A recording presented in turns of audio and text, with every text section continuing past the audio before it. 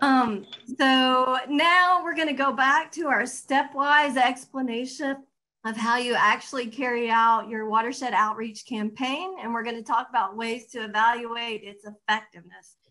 Steve's presentation was great background on how to think about the social indicators of your efforts and how to evaluate that aspect. But we're going to talk about a few others as well. So we've been gradually working through each of these steps. We started with step 1, where we talked about defining the driving forces, the goals, and the objectives for your outreach campaign. Then we moved on to step 2, where we talked about identifying and analyzing your target audience. And then the next 3 steps are about creating and packaging and distributing your message. But we're actually going to skip to step 6 today and talk about evaluating your outreach campaign. The reason we're doing that is because it's important to make these considerations all throughout the process so that you can sufficiently make observations and adjust along the way. This is called adaptive management. You all have probably all heard of that, where you can figure out what is and isn't working and adapt so that you have a more effective campaign effort. So we're going to look at 3 different types of evaluation. One of these is process evaluation. Basically, this looks at how effectively you executed your planned activities. This could be your meetings, events, media pushes, things like that. We're also going to look at impact evaluation. This includes ways of measuring the achievement of your goals and objectives, and it can be social indicators like behavior-based, such as how many people actually adopted the behavior you were targeting, or environmental indicators like how much did the nutrient level actually decrease in your stream of interest. And then we're also going to look at the context of evaluation. This helps you understand how your effort played out in the community as a whole. Like, how was it perceived? Did it have any kind of social, economic, or political ramifications? And figure out what approaches work better in your social context than others. For example, how was your Watershed Festival received? Did you get positive feedback about it in the community? So first, looking at process evaluation indicators, or is your effort being executed effectively? And we'll just take a couple minutes for you to type in some suggestions of indicators that could be used to evaluate how well your effort's being executed. Here's some of the examples that we came up with that could be used. A few of these you all already captured. Number of workshops held, number of attendees, relevant materials that you developed, how well they were distributed, the number of like implementation activities or opportunities that you developed and how much that cost you, email open rate, website clicks. You could do an online poll for feedback on how effective, you know, one of your specific activities was. Anything where you can measure if your planned activities were effective. So good job there. So the next one we talked about was impact evaluation indicators. Did we achieve our objective? And that's both through social indicators and environmental indicators. And so all those are good. We got some of those in our examples also. The number of people adopting the BMPs, that pre and post test of knowledge, general increased awareness. I don't know if somebody mentioned this, but reduced barriers to actually encouraging people to conduct the desired behavior.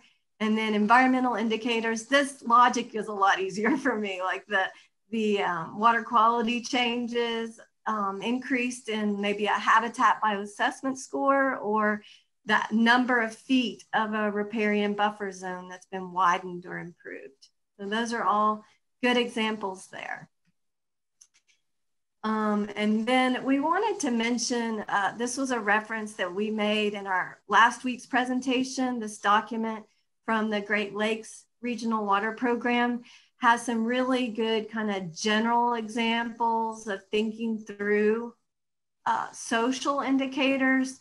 Here are 3 different broad goals about increasing the target audience, changing their attitudes, and reducing their constraints to behavior change. And then each of these are linked with an outcome and a related indicator. So this is a good reference here that you could use in developing your evaluation criteria. And so lastly, you want to evaluate the context indicators. These are the situational indicators that are a little bit more difficult to standardize, but they relate to what the community's perceptions are, those political, social, or economic ramifications, and maybe perspectives on why your approaches are using or not. I mean, why they're working or not. So some that we came up with was maybe we find out that we had the wrong messenger. There's not adequate trust in who's delivering the watershed message. There might be a perception of a disproportionate burden on one group. Steve just talked about the Floyd's Fork example. There was a lot of back and forth there on whether it was ag or the city, the stormwater impacts. Maybe there's perceived preferential treatment in your meetings. Maybe you're focusing a little bit more of your interest on one particular interest group rather than others. And so that kind of turns people off. Maybe there's some kind of economic downturn that's going on that's affecting people's ability to adopt the practice. And then there's always good old political issues that can interfere with your plans. Yeah, so this would be like COVID hit and we were no longer able to hold a festival. Yeah. Yes, we can all relate.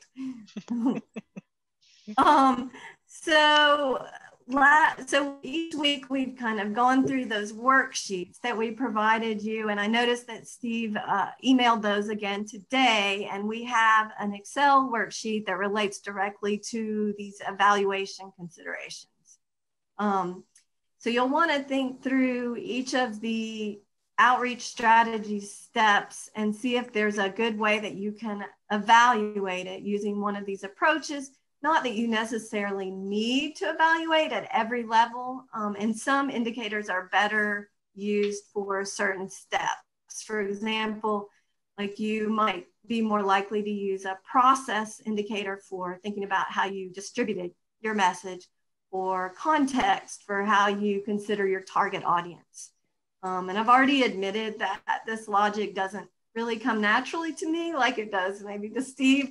So if you're struggling, this is a good thing to do with your team to help develop these evaluation approaches. And also your group's time, technical and financial resources may help determine kind of what level you can conduct your evaluation.